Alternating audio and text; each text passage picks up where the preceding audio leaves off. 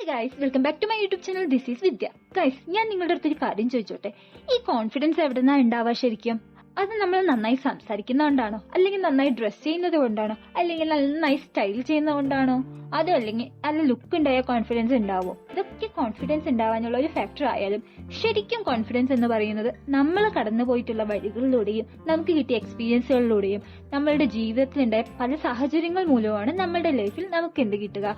കൂടുതലായിട്ടുള്ള കോൺഫിഡൻസ്, എന്തിനേയും ഫേസ് ചെയ്യാന്നുള്ളത് കോൺഫിഡൻസ് കിട്ടുക. ലുക്കിന് കോൺഫിഡൻസ് ആയിട്ട് എന്തെങ്കിലും കണക്ഷൻ ഉള്ളതായി നിങ്ങൾക്ക് തോന്നുന്നുണ്ടോ? എന്നാൽ എനിക്ക് തോന്നുന്നുണ്ട്. നമ്മളുടെ ലുക്ക് ഒന്ന് മാറിക്കഴിഞ്ഞു വെച്ചാൽ നമ്മുടെ കോൺഫിഡൻസ് ലെവൽ ഒന്നുകൂടി കൂടുന്നതാണ് എൻ്റെ ഒരു അഭിപ്രായം. സോ ഞാൻ കുറെ കാലമായിട്ട് എൻ്റെ ഹെയർ കട്ട് ചെയ്തിട്ടുണ്ടായിരുന്നില്ല. സോ ഇന്ന് ഞാൻ എൻ്റെ ഹെയർ കട്ട് ചെയ്യാൻ പോവാണ്.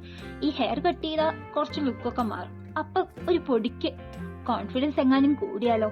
ഇന്നത്തെ ഒരു ഹെയർ കട്ടിംഗ് വ്ലോഗാണ്. അപ്പൊ ഇതിന്റെ ഫുൾ വീഡിയോ എന്റെ ചാനലിൽ ഉണ്ട് കേട്ടോ. എല്ലാവരും കണ്ടു നോക്കുക. ബൈ.